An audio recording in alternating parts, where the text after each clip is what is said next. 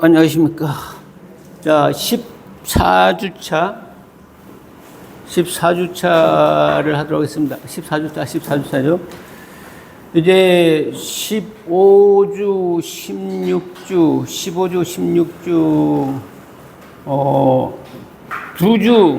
2주 남은 것 같습니다. 2주. 그래서,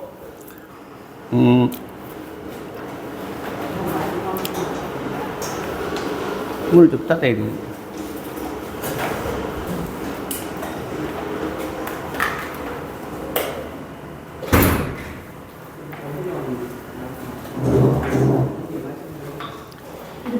자, 한 학기 동안,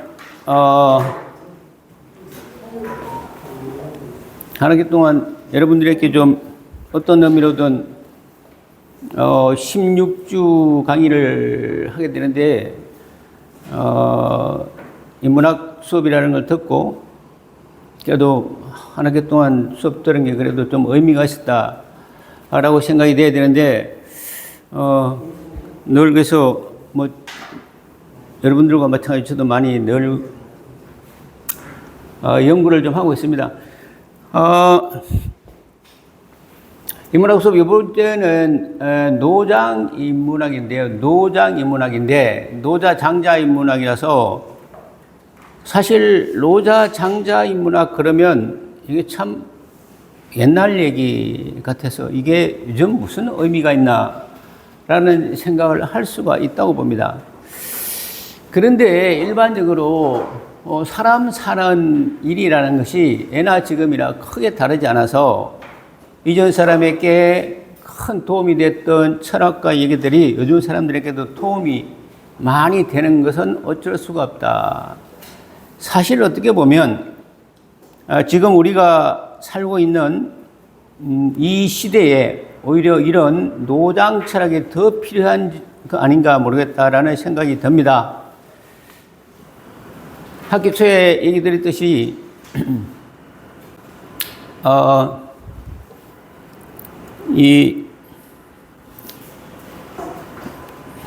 그 철학이라는 것이 이게 후기 산업시대, 일반적으로 말할 때 후기 산업시대에 다시 각광을 받을 수밖에 없고, 특히 이제 이 수업이라는 것이 수업을 받는 사람들의 입장과 또 관심사에 따라서 어떻게 수업의 포인트를 맞춰야 되느냐, 이 문제도 굉장히 중요한데, 나름대로 우리가 인생을 살 만큼 살았고 경험을 할 만큼 했는데도 불구하고 뭔가 미흡하고 정리가 되지 않은 부분들을 이와 같이 인문학이라는 이름으로 옛날 우리 역사시대에 가장 그래도 의미 있었던 분들의 그의 생각과 사유를 들여다봄으로써 오늘의 나의 생각을 정리해 보는 것들, 이거는 굉장히 유의미한 결과를 가져올사 이렇게 생각을 합니다. 그리고 특히 이제 잘 안 되지만 우리의 삶을 이렇게 자꾸 뭡니까 이게 정리를 해서 마무리라고 하기는 좀 그렇습니다만은 이걸 어떤 형태로든 열매를 맺는 형식으로 가야 된다면 상당히 의미 있다라고 생각을 합니다. 그래서 50대가 하는 인문학이 틀려야 되고 60대가 하는 인문학이 틀려야 되고 30, 40대가 하는 인문학이 틀려야 될 거라고 생각을 합니다. 물론 공통된 분모가 있겠지만은 이제 노장 인문학이 사실 노자와 장자의 인문학이 요즘 많이 관심을 받고요. 요즘뿐만 아니라 늘 관심을 많이 받았죠. 노자와 장자의 인문학은 딱 두 가지 측면에서 볼 수가 있는데요. 노자와 장자의 인문학의 딱 두 가지 측면에서 관찰할 수 있는 것이 뭐냐면은,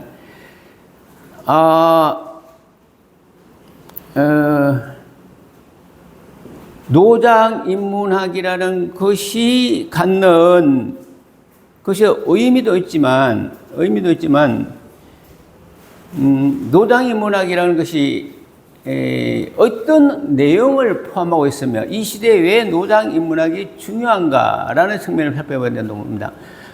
지난주에 말씀드렸듯이 우리가 인문학 수업을 16주에 걸쳐서 동서양인문학을 다 하고 있는데, 이게 이 인문학의 내용이 아니라 이 인문학의 내용과 개념을 잡아놓음으로써 이것이 오늘날 우리에게 어떤 의미를 갖고 또 우리가 이것을 내 삶에 어떻게 적용시키냐의 문제가 더 중요하기 때문에 그런 측면에서 본다면 노장 인문학은 누구든지 다시 접근할 수 있는 부분이라고 생각합니다. 그래서 인문학을 위한 인문학이 아니라 꼭 인문학을 위한 인문학이 아니라 그야말로 나의 삶에 적용되는 인문학을 해야 되겠다라는 생각을 해봅니다.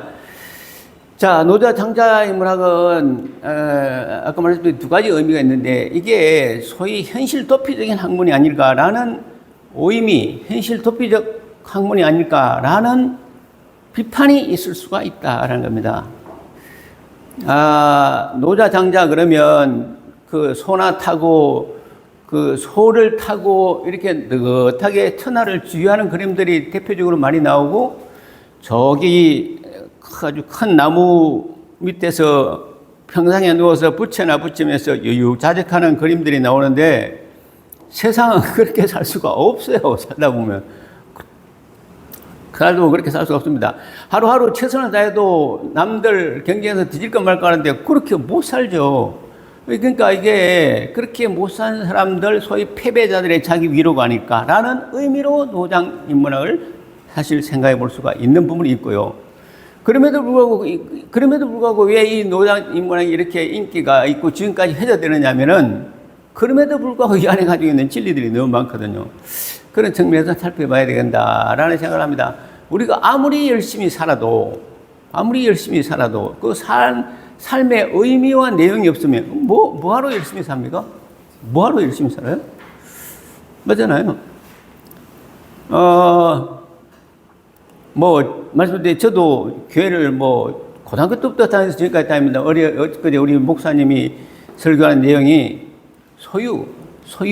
소유와 말씀을 대비해서 우리가 이게 나무밭에 검은 보호가 있으면 내 모든 소유를 팔아서 그 나무밭을 산다라는 이제 설교를 하시던데, 이런 거거든요. 검은 보화를 진짜 발견한 사람은 내 모든 것을 주고 살 수 있는데, 이 검은 보화가 뭐냐는 겁니다. 검은 보화라는 것이 소위 썩지 않는 진리가 검은 보화다면, 우리가 썩지 않는 진리, 그 다음에 썩지 않는 진리가 아니라도 이 세상을 조금 살기 좋게 개선시키고자 하는 의지, 이것도 하나의 검은 보화라고 생각하는데, 이런 것들을 위해서 살아야지 내 자신의 욕심만을 위해 살다 보면 세상이 자꾸 핍배되고 세상이 망가지면 남들은 다 어렵더라도 나만 잘 살면 되겠다는 것은, 여기 우리가 한 학기 동안 인문학을 했지만 어디에도 없습니다. 잘 먹고 잘 사는 얘기는 없어요. 보면 잘 먹고 잘 사는 의미에 관한 얘기고, 잘 먹고 잘 사서 뭐 할 건데에 관한 얘기잖아요. 그래서 주식 투자를 해서 어떻게 대박을 나고, 부동산을 어디에 구입해서 어떻게 큰 돈을 벌고, 이런 얘기는 한 번도 안 했습니다. 그게 의미가 없을 수 있다. 그게 노력하지 않고 얻는 부일 수가 있잖아요. 그러니까 진짜 우리가 인간으로서 중요한 것은 그런 것이 아니고, 물론 사람들이 거기에 더 관심이 있죠. 관심이 있을 수밖에 없고. 그래서 그런 얘기를 하는 거고, 그런 측면에서 본다면 노자 인문학이 굉장히 의미가 있다, 이런 말씀입니다. 노자 인문학이 도사되는 인문학이 아니고 패배자 인문학이 아니고, 자, 왜 노자 인문학이 이와말로 이 시대에 중요한 의미가 있겠는가라는 것은, 이와 같이 욕망과 욕망이 부딪히고 후기 산업시대에서 인간이 자기 정체성을 잃고, 그래서 뭔가 마음에 힘을 얻고 삶이라는 게 무엇인가 하는 근본적인 의미를 찾아내는 하나의 통로로서 노장 인문학의 의미가 있다, 이렇게 보시는 겁니다. 그래서 뭐 저나 여러분이나 이제 조금 이렇게 뭐 아직은 젊은 분들도 많지만 인생의 이렇게 후반부에 와서 이렇게 삶을 이렇게 관조할 때 이 노장인문학이 어떤 의미를 갖는가라는 것을 살펴볼 필요가 있다. 그런데 이제 노장인문학은 말씀드렸듯이 이게 지난번에 우리 유학할 때 했지만 이건 자꾸 인간을 가르치려고 하고 가치 기준을 제시하려고 그러고 인간은 이렇게 살아야 돼, 군자는 이렇게 살아야 돼, 도덕과 윤리는 어때야 돼 라는 것을 다 부정해버리는 분이 이분이다. 그래서 공자하고는 좀 대척점이 있는 분이라고 생각하면 됩니다. 그런데 공자의 인문학은 이렇게 살아야 돼 라는 어떤 규범에 관한 얘기고, 군자라는 것은 어떤 의미를 가지고 있는 지위, 역할인지 해서 소위 천자 밑에 군자가 있고, 따라서 우리가 이게 그 군주, 소위 왕은 왜 우리가 받들어야 되고, 한 신하가 두 임금을 절대로 섬기면 안 된다. 그래서 불사이군, 조선시대 의심없는 철학과 윤리였던 한 사람이 두 군주를 섬겨서는 안 된다는 사실 때문에 우리가 알다시피 단종이 폐위됐을 때 성산문 그 사육신들이 그렇게 나타나고 자기 삼족을 멸하면서까지 충성을 바쳤던 그 이유가, 한 신하는 두 임금을 섬기는 것은 소위 이전 시대로 말하자면 한 여인이 두 남편을 섬기는 것과 같아. 그래서 이거는 인간 동물보다도 못하다는 규범을 줬잖아요. 그런데 이분은 그런 규범 강요하지 말아라는 의미니까 굉장히 다른 의미로 접근할 수 있는 겁니다. 그런데 그같이 공자의 사상이라는 건 우리 시대를 보면요, 자, 한 학기가 거의 이제 마무리가 되어 가는데, 그런 의미에서 살펴보면 이렇다고 봅니다. 서양과 동양 철학을 다 이렇게 정리를 해보면, 그래서 이거는 큰 줄거리이기 때문에 오늘은 이게 사인페이지 잘 나오네.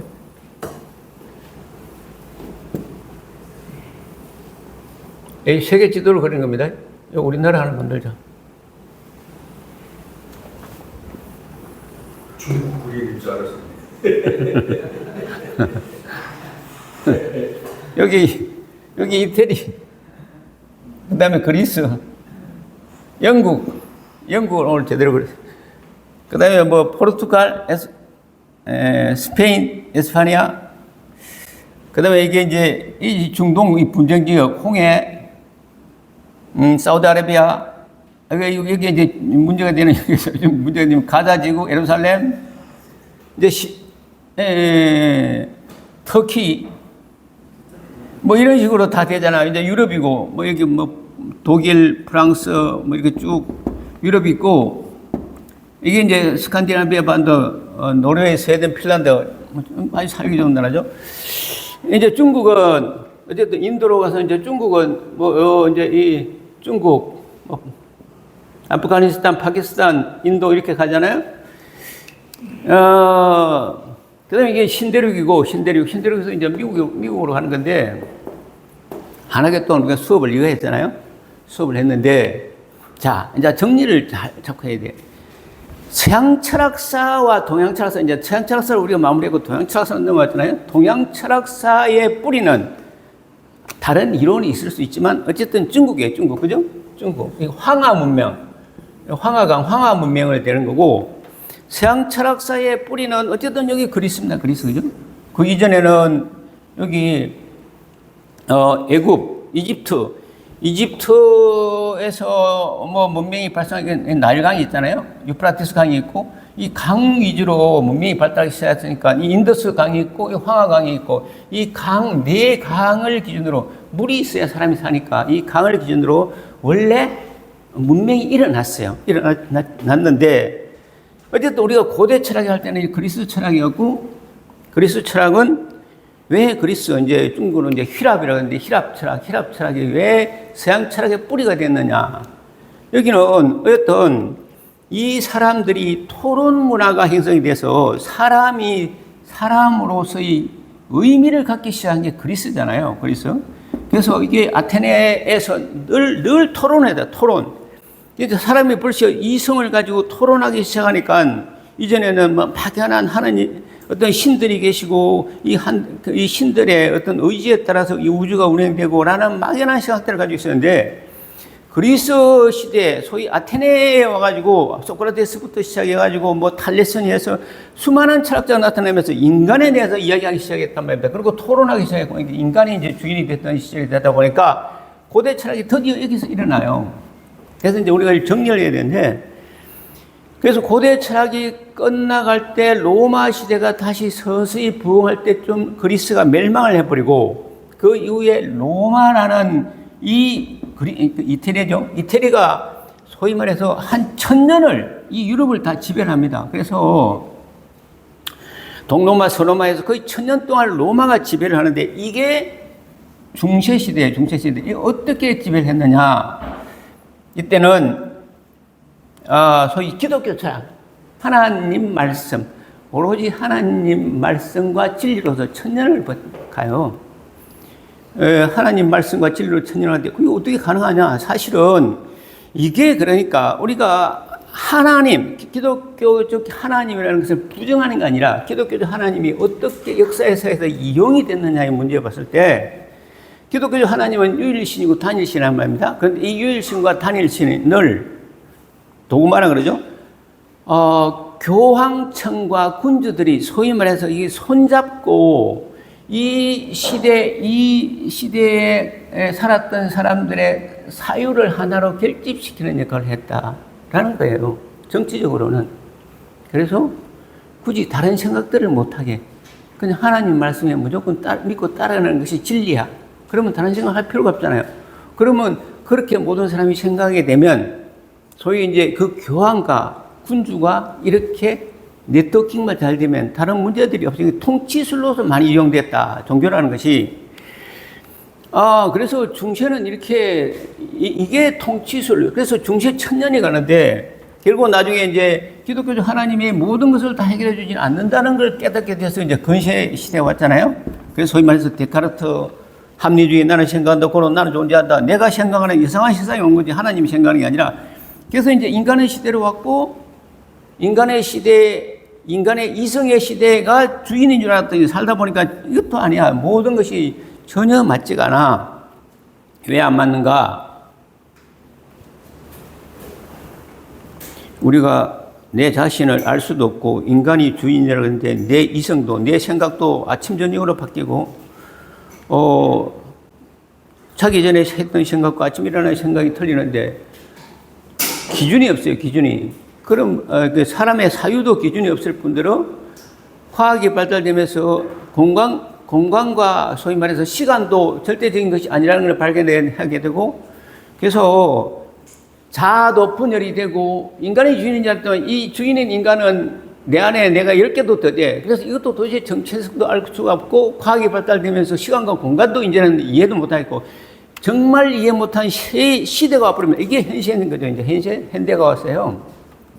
서양은 이렇게 해서 이제 발달이 되는데 고대는 그리스, 중세는 로마, 근세는 이제 어딥니까? 근세는 이 유럽 중심이 되잖아요. 그래서 영국, 프랑스, 독일, 터키, 영국에서 시민혁명이 먼저 일어나면서 지금도 영국이 신사의 나라를 그러는데 영국 해가 지지 않는 나라라 그랬죠. 이전에 온 세계를 다 지배했기 때문에 특히 인도 같은 나라도 거의 100년을 지배를 하고 삽니다. 그래서 인구가 막 1억 명 이상 줄고 그러죠. 엄청난 핍박을 합니다. 이게 해양국가로서 범선 화포를 그 총을 개조해가지고 화약의 힘으로 세계를 지배를 해버리죠. 이때 지배는 영국만 지배했습니까? 프랑스, 독일, 터키, 스페인 이 시대는 그러니까 중세시대는 그리스, 이태리가 중심이 되었던 신정국가이고 근시시대 들어오는 이게 이제 끝남으로써 이게 유럽 시대가 근시대 시대의 중심이 되는 겁니다. 그래서 그 근시대 시대의 유럽 국가들이 온 세계를 식민지화 해버려요. 알다시피 중국까지도 영국하고 싸워서 졌잖아요. 특히 청나라가 망하면서 홍콩을 한량을 해가지고 150년 동안 홍콩을 한량해서 150년 동안 지배하게 하는 소위 말해서 중국도 철저하게 영국에 무릎 꿇는 이 유럽 중심의 사회가 건설 시대입니다. 인간 중심의 시대고 산업혁명이 일어나고 들씩 과학이 발달하고 이제 소위 신의 시대에서 인간의 시대로 넘어서 특히 과학이 발달하죠. 산업이 발달해서 화포를 만들고 총을 만들어서 세계를 지배를 하는 게 건설 시대예요. 이렇게 이제 정리를 자꾸 해야 됩니다.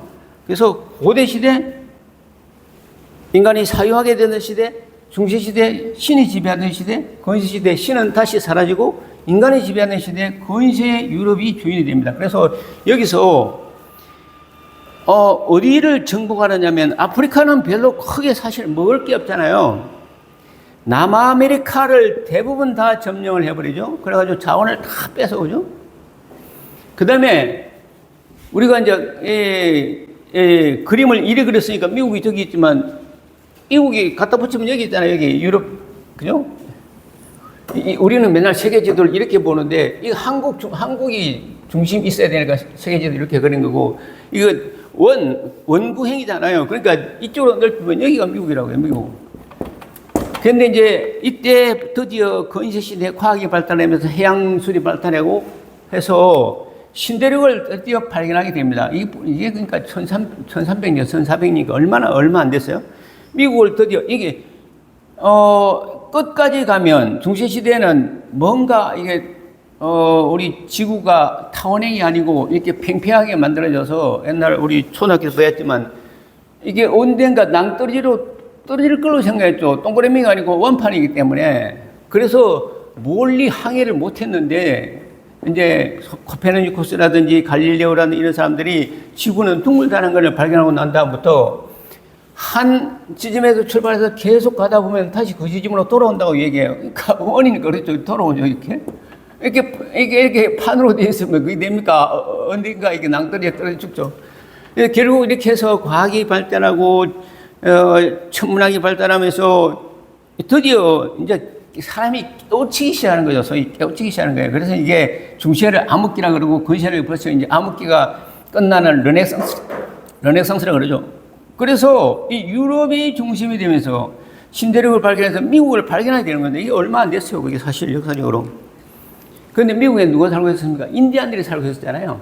인디안들. 지금도 살고 있잖아요. 그런데 이 인디안들이 많이 살고 있었는데 이 미국을 어떻게 유럽 사람들이 정복해 가느냐. 총균세라고 제라드 다이아몬드라고 나왔죠.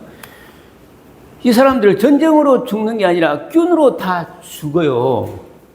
유럽 사람들은 어떤 그 바이러스를 견뎌낼 수 있는데 인디언에게만 특이하게 치명적인 바이러스가 나타나서 다 죽여버려요. 의도적인지 아닌지 모르지만. 그래서 80% 90% 인디언들이 다 죽어버려요. 여기 살던 미국의 본토는 원래 누구 거예요? 인디언 거예요. 인디언 거. 그런데 지금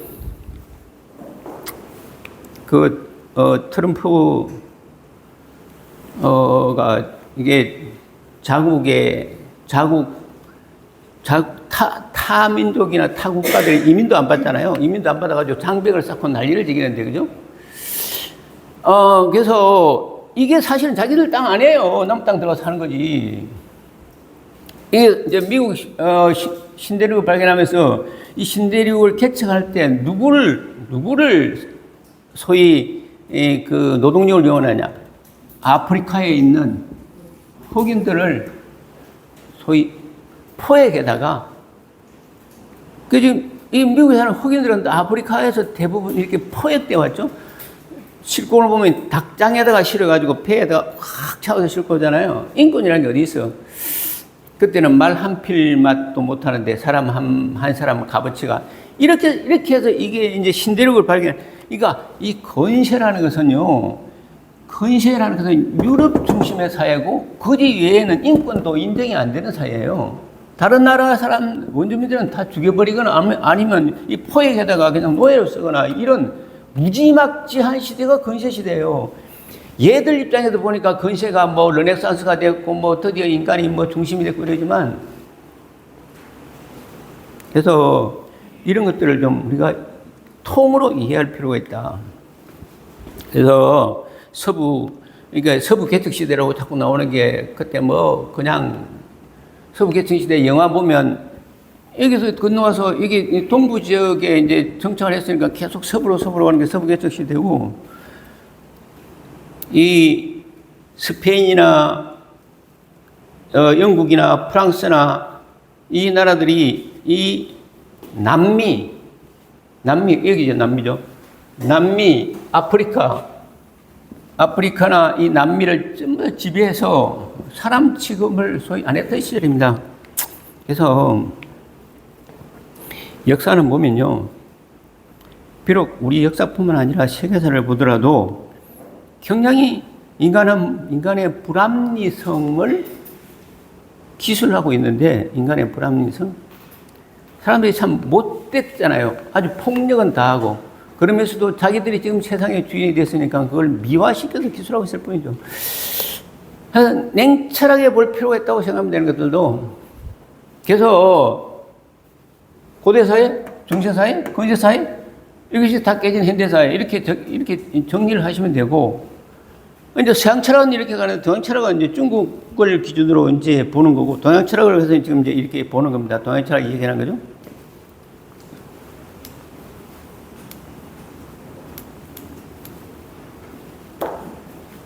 그래서 이제 이걸 한번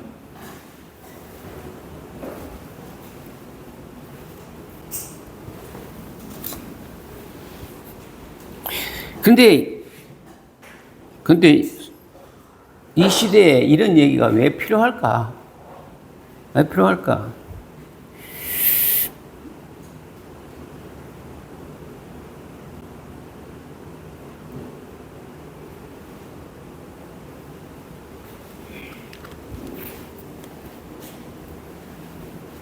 제가 양평 수업을 할 때 좀 불편한 게 이런 겁니다. 이거 학교 있을 때는 이런 거는 신경을 전혀 안 쓰는데 이게 더 힘들어. 그러니까 학교는 교육기관이잖아요. 당연히 교육자가 중심이 되는 거지. 여기는 행정기관이니까.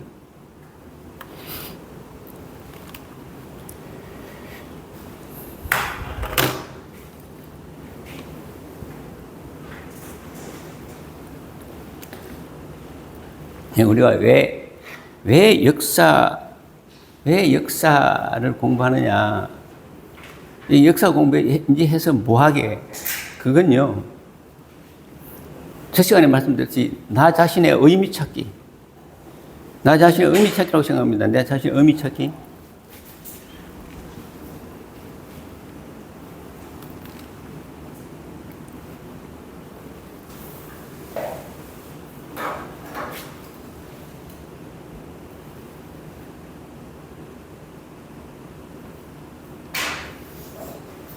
아이고, 참.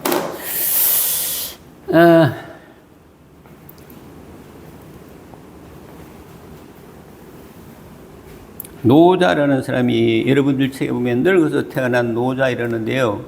노자는 거기 보면 무의자연이라 그래서 무의자연이라 그러는데, 한 학기 동안 했던 수업들을 통해서 도대체 나는 누구인가를 어떻게 발견해내는가. 제가 인문학에 왜 관심을 가지고 지난번에 말씀드렸을 때 학교 다닐 때부터 제가 다니던 행정학과는 관심이 하나도 없고 왜 인문학에 그렇게 빠져들었던가 하는 문제는요, 사실 행정학이라는 것은 사회학이고, 사회학은요 우리 사회를 어떻게 발전시킬까의 문제에 관심이 있지만, 이게 인문학은 그게 아니에요. 저희 시공간을 초월해서 내 존재라는 것의 의미가 무엇인가를 밝혀내는 것이기 때문에요.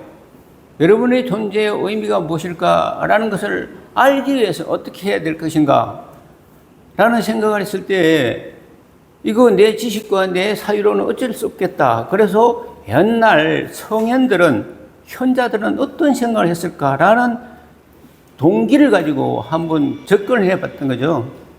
그래서 내 삶을 그러면 어떤 의미라도 발견해낼 수 있을까라는 것이요. 그래서 그런 의미로 해서 자꾸 접근을 해야 된다고 보고, 그러면 결론적으로 당신은 어떤 결론을 내렸는가가 문제가 되잖아요. 문제가 되는데, 그래서 제가 오가면서 가끔 이렇게 차 타고 오면서도 생각하는데, 우리 인간이 뭘 발견했는가? 아무것도 발견 못했고, 결국 우리가 알 수 없는 것은 별로 없지만, 그렇다고 이 세상이 실존주의 철학자처럼 그냥 툭 던져진 존재들이 사는 그런 세상은 분명히 아닌 것 같아서, 어떤 인연과 섭리는 있는 것 같고, 그 인연과 섭리는 우리가 어떻게 할 수 있는가의 문제. 그래서 우리가 그렇게 실존주의 철학자들은 무신론자처럼 툭 던져진 존재로서 세상이 의미 없이 왔다 가는 것은 분명히 아닌 것 같다. 그러면 내가 이 세상에 온 것도 분명히 어떤 의미가 있고, 여기 와서도 그 의미를 발견해서 내 삶을 의미 있게 만드는 것은 굉장히 중요하다. 라는 생각을 합니다.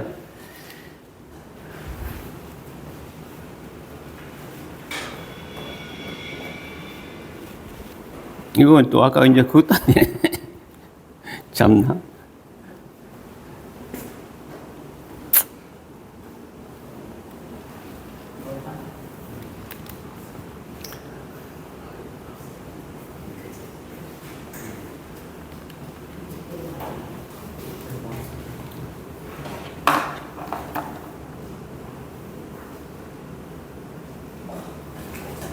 그 소리 다 안 나왔을 때 접촉 훈련이라고 하지 않았어요? 응? 접촉 훈련. 한 대 때리면 되지 않아? 아니 얘가 스크린 세이버 기능이 먼저 옛날 라디오 TV 먼저 때리면 돼.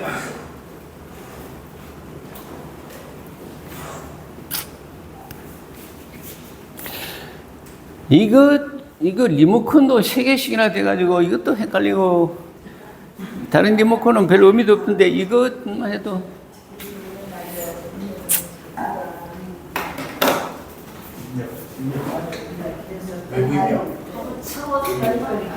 여기에는 의미가, 이거는 새 거래요. 새가 문제라는데 그것도 아닌 것 같고.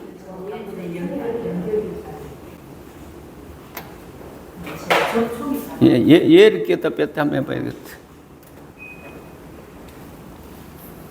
에어컨 걸까요? 예, 그러면 아까 그 예수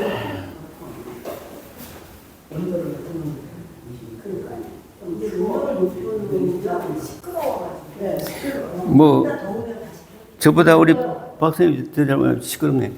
한번 노자 인문학에 대해서 갑자기 여러분들은 어떻게 생각하는지 한번, 평소에 어떻게 생각하는지 한번 말씀해 보시면 어떨까 싶어요. 그리고 노자 인문학이 나는 평소에 어떤 거라고 생각했었다.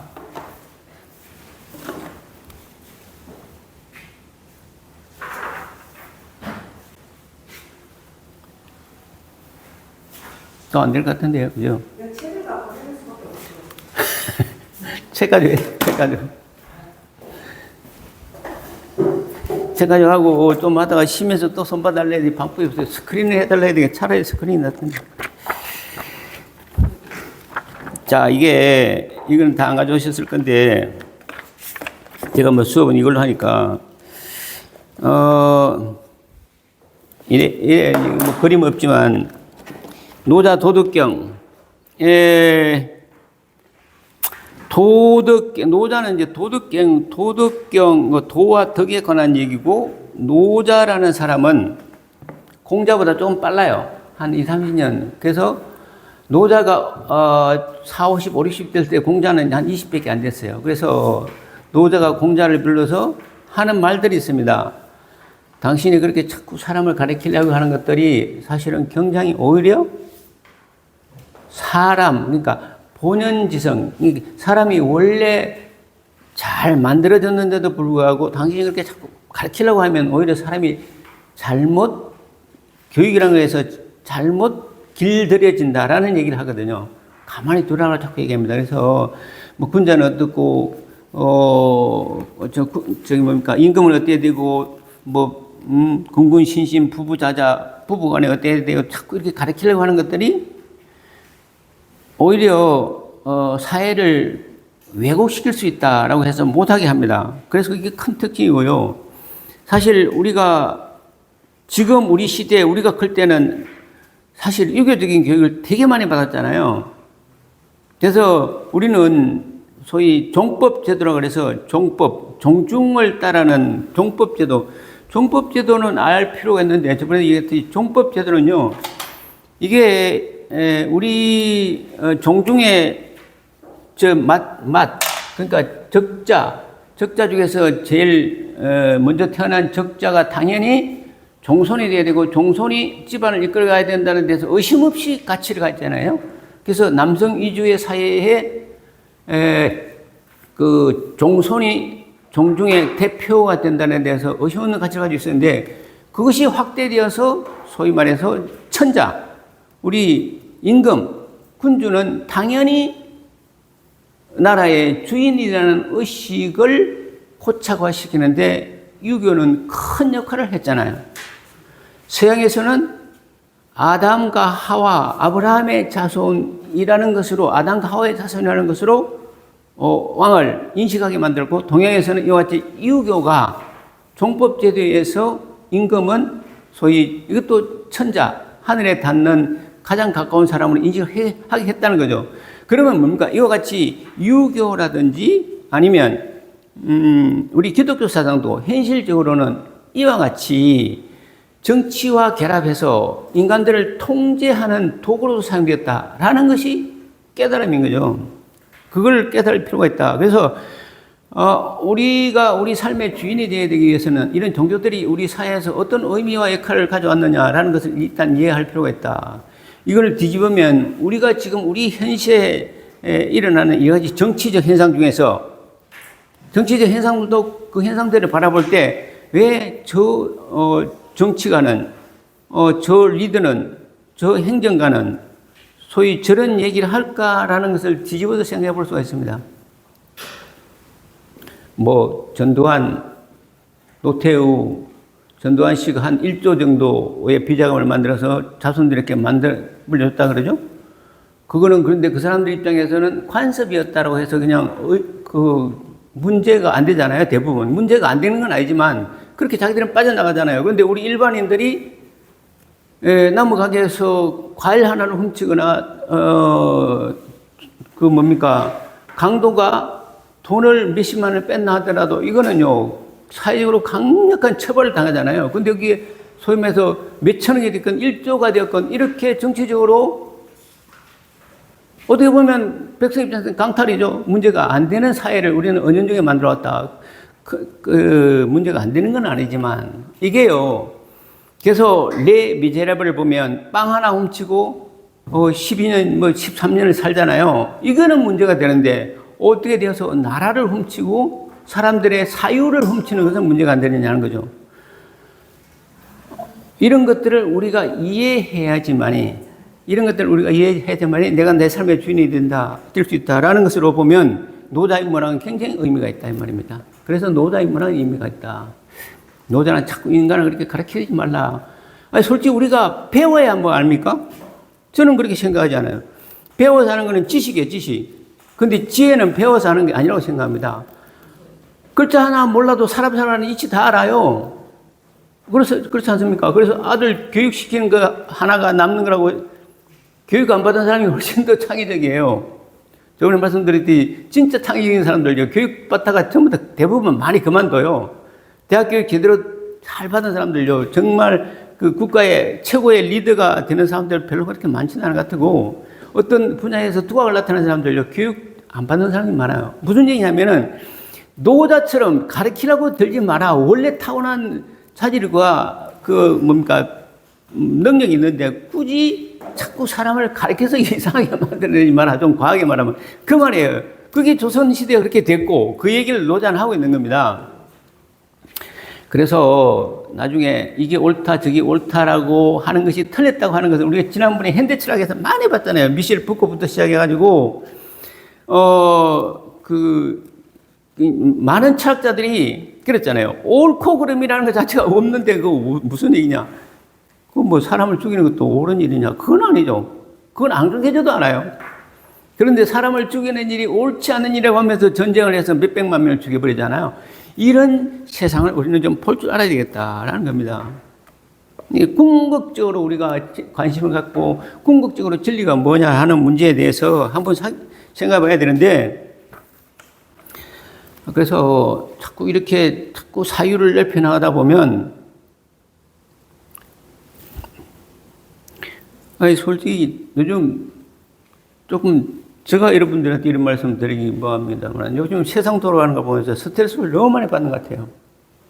그래요. 참 많이 못마땅해요. 지금 현재 우리 정권이 하고 있는 일을 잘했다 못했다. 그럼 정권이 바뀌어서 예를 들어서 우리가 지금 뭐 소위 국민의힘이 정권을 가지고 있는데, 그러면 민주당이 정권을 가져오면 잘할 것 같으냐? 제 생각은 그럴 것 같지도 않아요. 이런 얘기는 남자분들은 많이 앉아놓고 해야 재밌었는데, 그럴 것 같지도 않아요. 그건 뭐냐면은, 진짜 우리 국민들이 관심 있어 하는 게 뭐냐는 별로 관심이 없는 것 같아요, 저분들이. 그래서 문제예요. 그죠? 맞습니다. 이게 너무 누적이 되니까 좀 스트레스가 돼요, 스트레스가 정말. 집단 우울증 걸리게 생겼어. 그래도 민주당이 비교적 분배에 좀 더 관심이 있기 때문에, 비중을 두기 때문에 대다수를 차지하고 있는 그 받는 층들은 조금 더 선호하지 않겠어요. 그래서 지금 뭐 여론조사에서 메이저로 나오는 거죠. 지금 국민의힘과 민주당, 더불어민주당의 정당 지지도 보면요, 국민의힘이 더 높아요. 1% 더 높아요, 웃기죠? 그러니까 국민들이 어떻게 보느냐면, 맞는데 보니까 니네들도 똑같아 이렇게 돼버렸어요, 지금.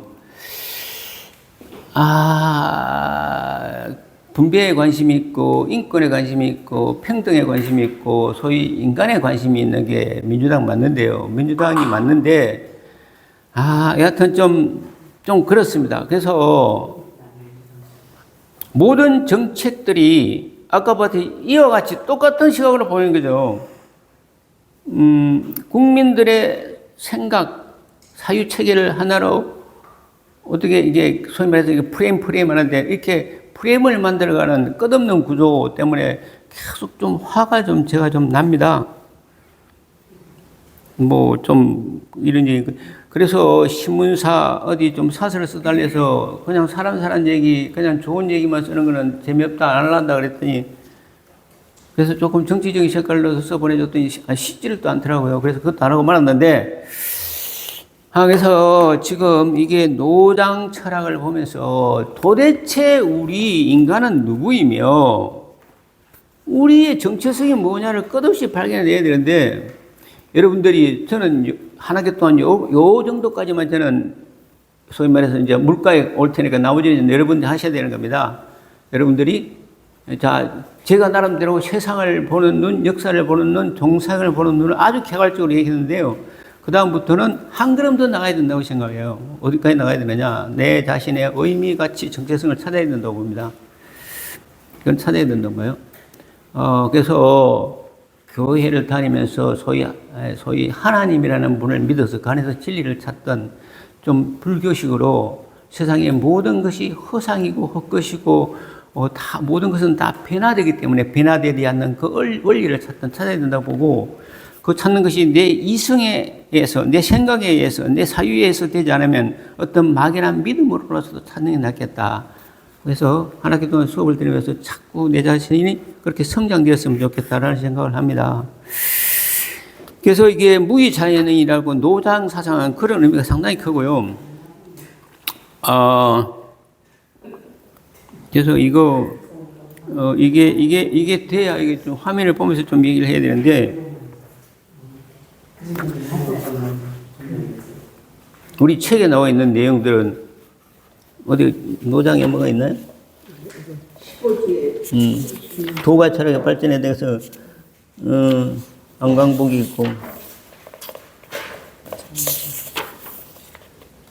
노자 인문학이 있고, 이게 박수 쳐놓은 거 전쟁과 함께 시작된 위대한 철학. 359쪽. 359쪽. 너무 조그마한 글이 뭐가 있어요?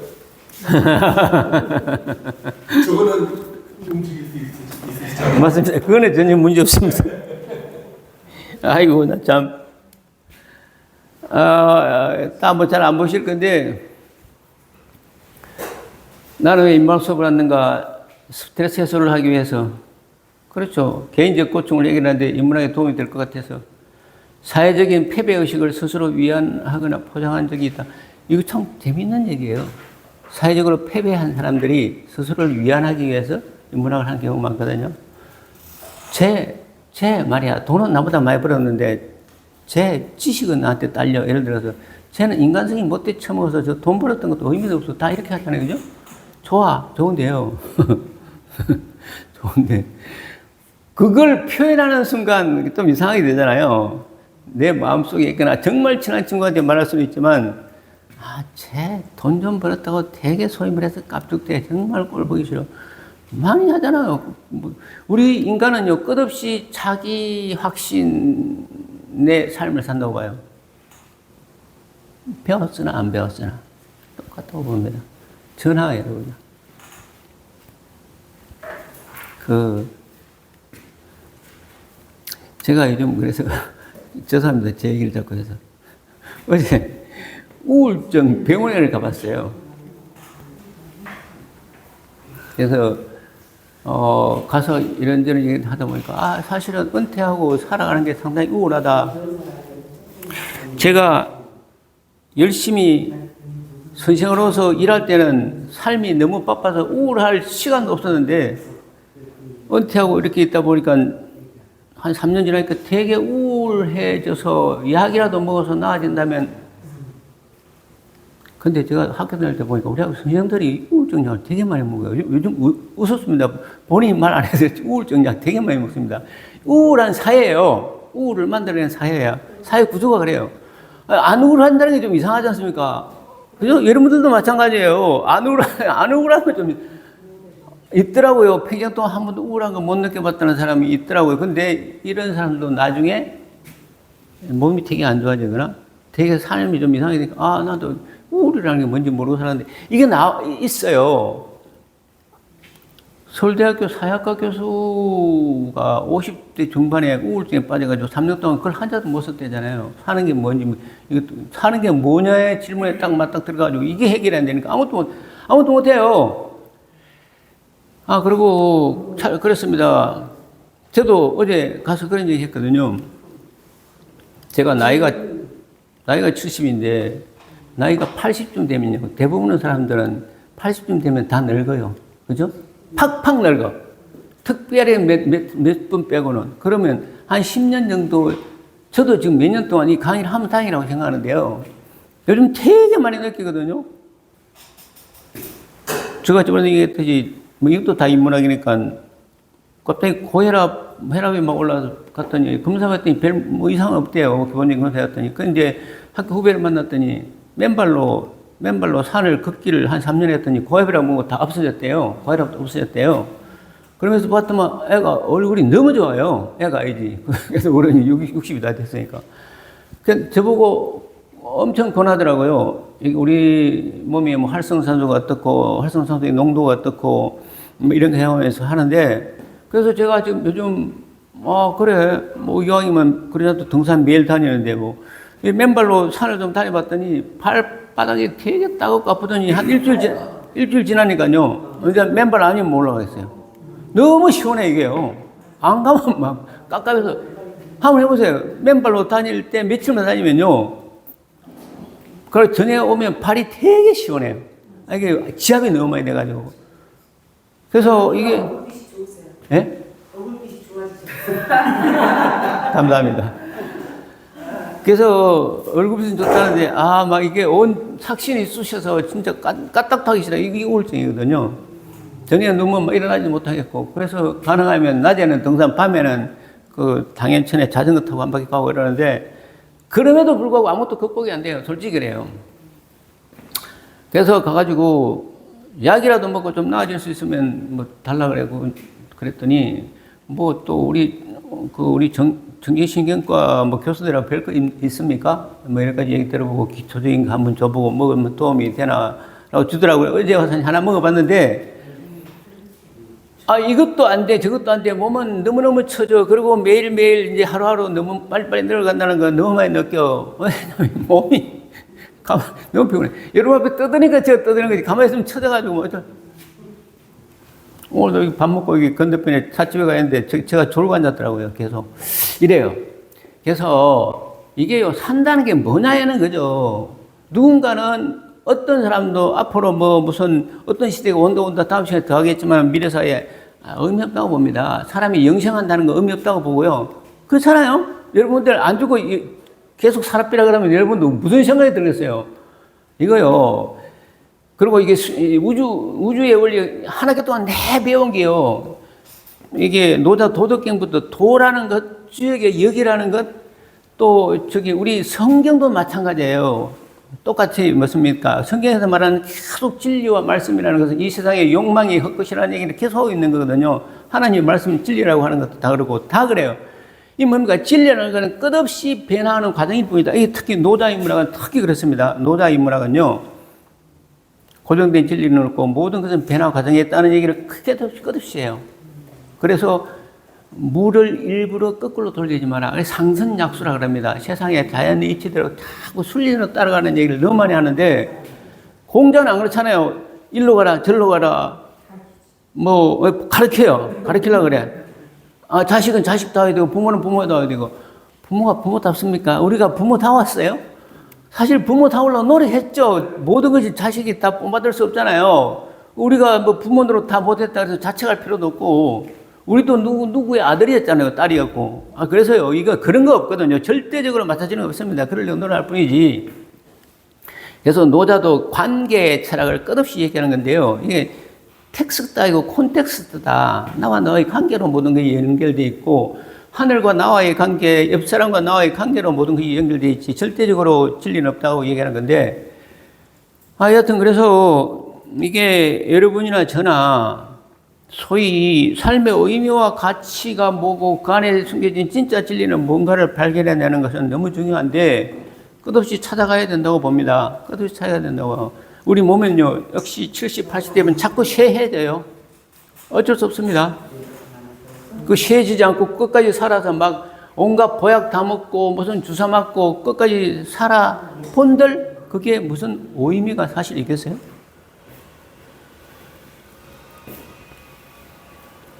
그런데도 불구하고 뉴스만 보면 화가 나서 울증이 자, 제발 우리 백성들이 주인 되는 세상이 되었으면 좋겠어요.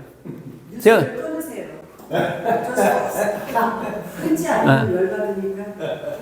뉴스를 끊더라고 많이 끊는데, 그게 우리 국민들이 주인 되는 세상이 불가능하냐? 많이 가능할 대로 만들어 놨잖아요. 제가 볼 때 대부분 북유럽 국가들은 우리들이 주인 돼서 정치는 관심이 없어요. 축구, 그러면 축구하고 이런 데만 관심 있잖아요. 왜? 정치는 관심 안 가져도 될 만큼 성숙해버렸어요, 이미. 누가 누구를 막 이렇게 힘들게 하고 막 자기 세력을 넓히려고 하는 게 없어졌어요. 그러니까 내중심적 사회가 아니고요, 관계중심적 사회로 변했다고요. 우리는 내중심적 사회로 바뀌어가지고 내 자신의 재산, 권력, 의지, 이것이 너무 중요한 사회에 있어가지고 이거 우리 상당히 후진이라고 생각합니다. 너무 후진이라고 생각해요. 몸은 커졌어요. 박정희 대통령이 열심히 해서. 이렇게 말하면 또 어떻게 생각할지 모르죠. 다른 건 못해도 그 사람이 경제발전 많이 시켰잖아요. 몸은 많이 커졌는데 이게 성숙도가 안 따라가가지고요. 그래서 하루기 동안 수업하면서 계속 보면서 종교도 보면서 종교가 이어왔지 봐. 종교라는 게 사랑을 얘기하고 있잖아요. 사랑을 얘기하고 있는데 이 종교를 역으로 이용해서 모든 사람의 사유를 하나로 결집해서 끌고 가는 도구로 사용해버렸다고 이게요. 우리 역사를 보면 그 소위 말해서 예수라는 분이 와서 진짜 다시 종교가 어떻게 되어 있는지 보면 기겁을 하지 않겠어요? 네? 아브라함 한 자손에서 종교가 세 개 나타나가지고 종교끼리 저렇게 싸움을 하고 있으니 저 이스라엘과 가자 저 싸움이 그거잖아요. 그래서 이게요, 우리가 어디에 따라가는 게 아니라 내 자신이 주인이 되어야 된다는 얘기를 끝없이 하는 게 그겁니다. 그래서 자, 그래서 이제 노자가 그런 겁니다. 나는 인격적으로 무시당해서 잠을 이루지 못한 적이 있다. 저도 있어요. 뭐 여러분이라고 없겠습니까?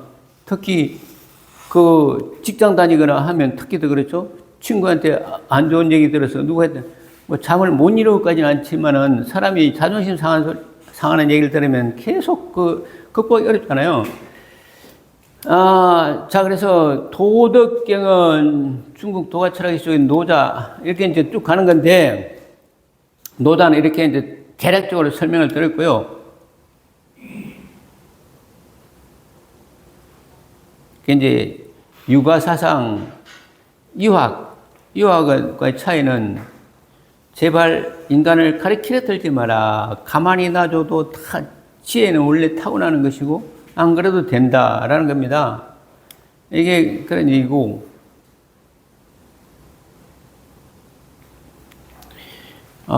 이 얘기는 다시 한번 또 해봐야겠는데 여기까지만 하고 좀 쉽니다. 이거는 아까 한 학기 동안 수업을 하면서요. 이게 서양의 고대, 중세, 근세, 현대를 지역하고 관련해서 봤고 동양은 이제 지금 봤듯이 지난번에 유교, 그 다음에 유학, 노장사상. 그래서 유학의 철학적 배경인 주역을 받고 그래서 음양이 어떻고 뭐가 어떻고 우주의 원리가 어떻고 그거 참 발견하는 것만 해도 대단하다고 생각했고 동양인은 그렇게 받고 그 다음에 어쨌든 노장사상은 이와 같이 유학에 반하는 얘기를 굉장히 많이 했고 그거 좋은데 그러면 동서양을 합해야 되잖아요. 한 학기 동안. 그 얘기는 많이 했지만 동서양을 합해야 됩니다. 동서양을 합해야 돼.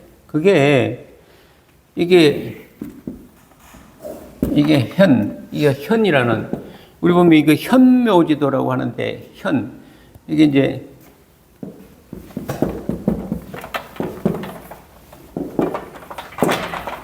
현묘지도 이게 현이라는 거 이거 현이요.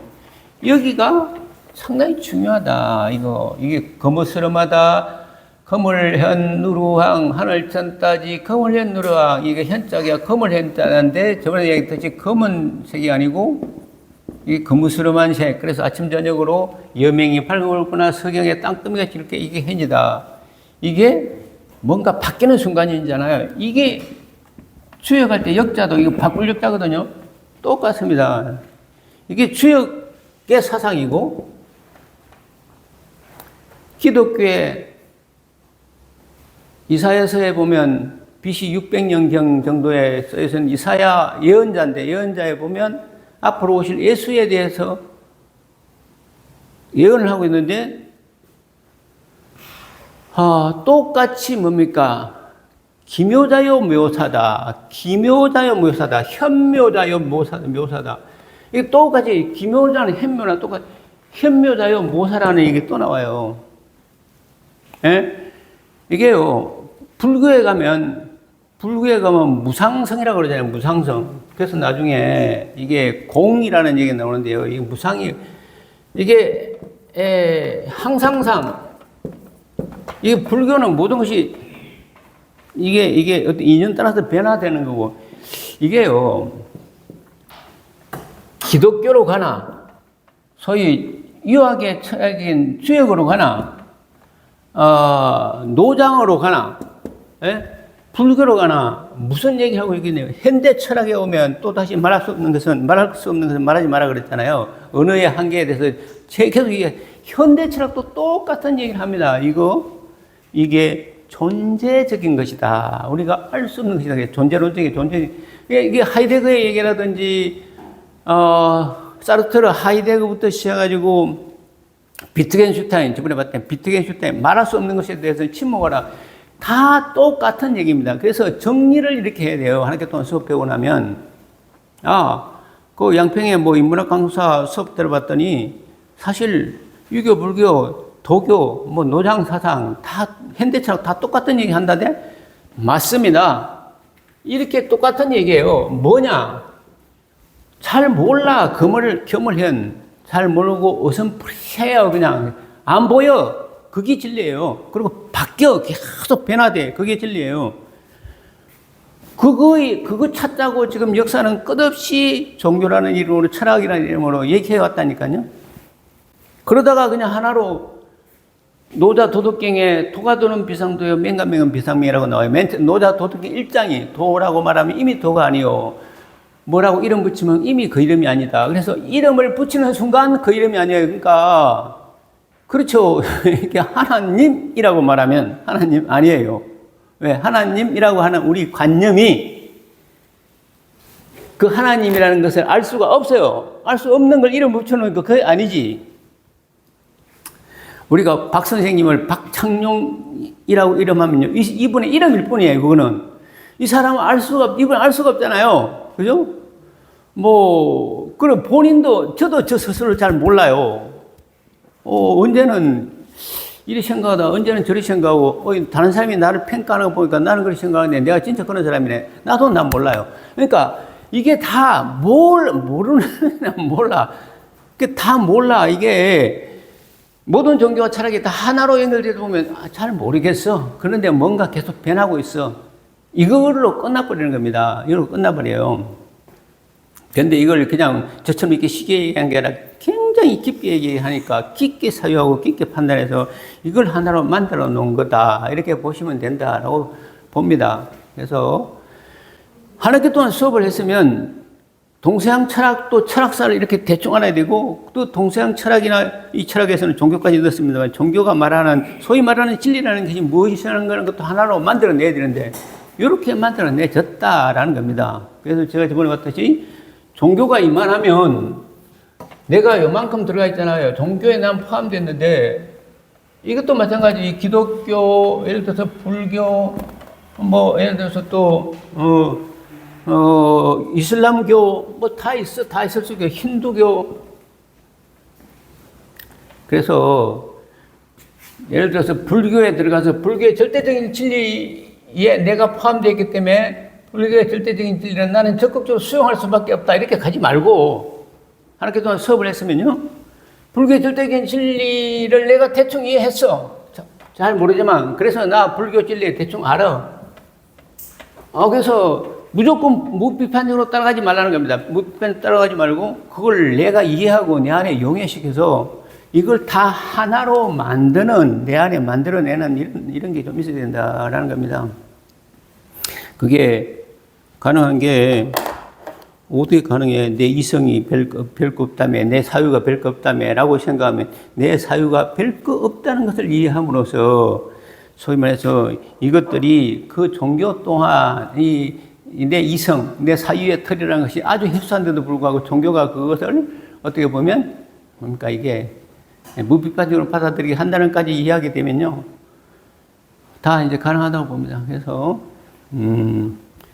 늘 볼 때 불교도 여기 노자 사상도 기독교도 믿음이라는 이름으로 진리라는 이름으로 이해하지만 내가 그것을 다 내 안에 집어넣을 수 있는 수고를 해야 된다. 여기 아마 잘 써놓는 현묘지도라고 해서 이 현이라는 것이요.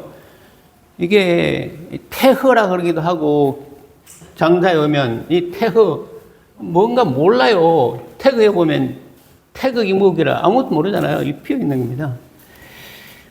그렇게 이해를 해 나가시면 되겠다라는 생각입니다. 그래서 장자의 얘기도 장자라는 사람은 노자 다음에 장자가 나타나는데 장자는 너무 남아경이라 해서 너무 신비주의로 가버려서 좀 인기가 없어요. 노자만 하더라도 공자를 이렇게 사사히 이렇게 뭡니까? 나대지 마, 제발. 그거 아니야. 이 정도로, 근데 이런 노장 사상이, 그래, 나 자신을 자기 위안하는 것으로 쓰는 건 아니다는 게 나중에 보면, 여기도 하겠지만은, 아큐 정진에 보면 나와요. 청나라가 멸망하고 난 다음에 청나라가 영국한테 무릎을 꿇었어. 그럼에도 불구하고 청나라 사람들이, 야, 영국 저놈들은 떼놈이야, 뱃놈이야, 별볼 놈이야, 화력만 좋았지 정신적으로 우리보다 굉장히 못한 놈들이야. 이렇게 막 위안을 하고 사는 걸 정확하게 꼬집어가지고 아큐라는 사람이 책을 써버려요. 그래가지고 사람들이 볼 때는 바보야. 쟤 바보가지고 바보인데 지 혼자 웃고 다녀. 왜 웃고 다니냐 가만히 봤더니 세상 사람들이 다 나보다 못하다고 스스로 위안하면서 바보가 그렇게 다니는 거예요. 그렇게 청나라를 갖다가 그냥 꼬집어 버려가지고 자식들 별 볼 없는 인간들이 지 스스로 똑똑하다고 생각하네. 이렇게 하는 게 아큐 정전이라는 책이 나와요. 엄청 인기가 있습니다. 그래서 그렇게까지는 안 가야죠. 남들이 나를 봤을 때 아내들은 지식도 없고 사유도 깊이도 없는데 지 혼자 스스로 잘난 척하면 아큐가 되는 거죠. 그렇게 가지 말고 그래서 많이 읽고 많이 생각하면서 좀 이렇게 해서 내가 어느 정도 이해를 하게 되면 그런 거는 벗어날 수가 있다. 여러분들이 한 학기 동안 수업받으면서도 최소한도 자꾸 생각하고 읽고 하면서 영화를 하나 보든 드라마를 하나 보든 우리 정치적인 사안을 보든 자꾸 이렇게 큰 줄기에 대비해서 거기에 끼워 넣고 나 자신이 그걸 이해하고 용해시킬 수 있는 정도가 되면 한 학기 동안 수업하는 보람은 충분히 있다라는 생각을 합니다. 어쨌든 좀 시작합니다.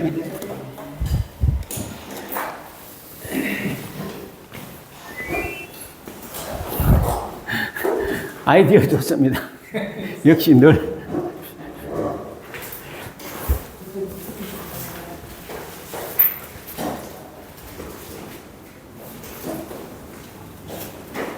이거 뭐냐면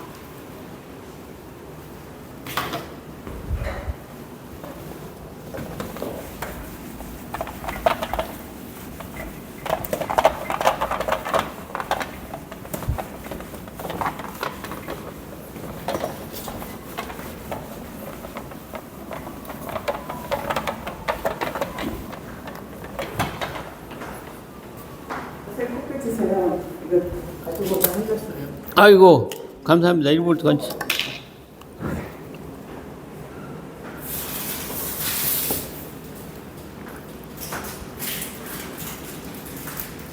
많이 써주셨어요. 아, 예. 그래도 예. 이게 에너지 보충이 됩니다. 네.